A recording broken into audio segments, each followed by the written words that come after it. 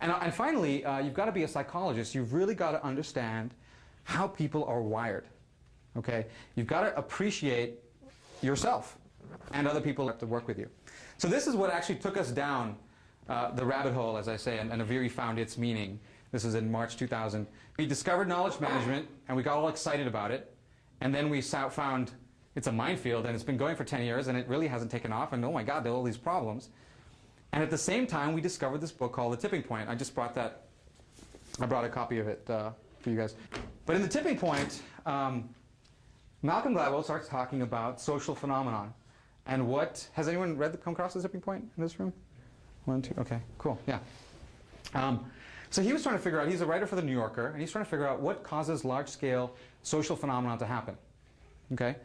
And he's going on, he's kind of investigating this thing, and what he discovers is that these unique kinds of people that show up in the world.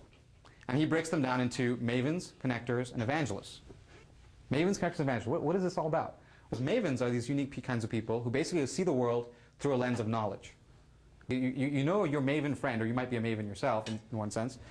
If you, when you went to buy your car, went on the internet, searched all the websites, put up an Excel spreadsheet, matrix the whole thing out, and came up with your answer. If you're a connector, you tend to see the world through a lens of relationships. So the connector essentially believes it's who you know, not what you know. The maven says it's what you know.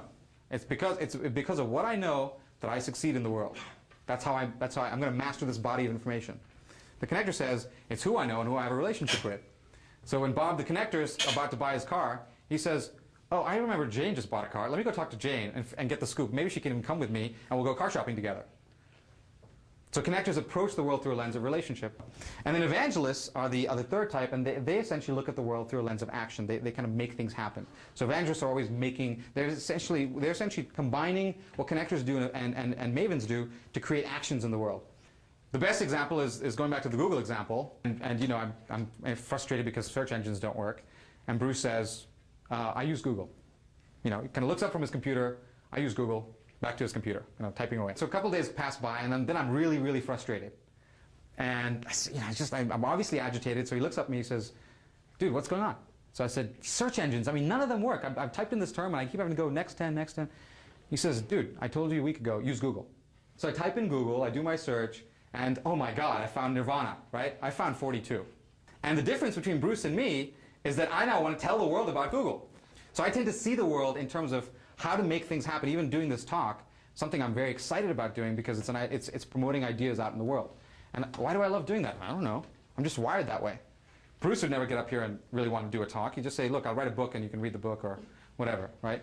So I'm not trying to typecast everyone into these roles, but what's really interesting is that these pure models actually reveal something about the basic fact that people are wired differently.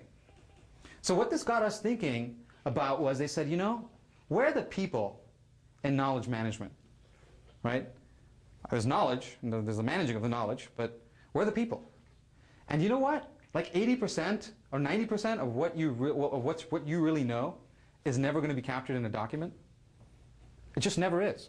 Why? Because you're going to go into a situation and you're going to look at the situation, you're going to see this, and you're going to say, right, we need to do this, or we need to study this more, or whatever. So the fact that the cool thing is that we're wired very, very uniquely, and that we actually do different things in the world. The tipping point was kind of its own kind of tipping point of a cascade of other books that we just started encountering, left, right, and center, okay, that all basically talk about the same elegant model of mavens, connectors, evangelists. Call it what you want, but it's the same set of things. So Driven, I bought a copy of Driven. Professor from Harvard Business School, Nitin Noria, came out with a book, and they're trying to figure out what are the core drivers that drive people's behavior and so on and so forth. And they kind of map to these mavens, connectors, evangelists. First, break all the rules. We're studying great managers. What do great managers do? They look at your core talents. And they don't work on your weaknesses, they work on those strengths. What are those core talents? Well, talents of relating to people, talents of relating to knowledge or information, talents of making things happen. So, in fact, jobs map down to this. Linda McAllister wrote a book. Her PhD was on communication styles. And she found there were 3 core communication styles that were out there. She called them nobles, Socratics, and reflectives. Nobles speak the truth. When they speak, they don't speak very much, but when they speak, you know that they're giving you the truth. Socratics are always persuading you. Okay? They're always making an argument. And the reflectives are always trying to be your friend. Right? They're always trying to harmonize with you and create so in a sales call, for example, the connector is sitting down and saying, how's your kid doing and what's going on with high school? And the Maven's like, oh, frustrated because can we just get along with, can we just talk about the subject at hand, right? So communication styles, the way that you're motivated, there's a personality typing book. There's even a book on technology sales processes, which they break down into 3 stages. Because you start off as an evangelist, move to a Maven, move to a connector. So in fact, this thing scales at very interesting levels. To top it all off, I was reading my old Indian philosophy book, and in that book they talk about, this is the Bhagavad Gita, they talk about yogas that people take.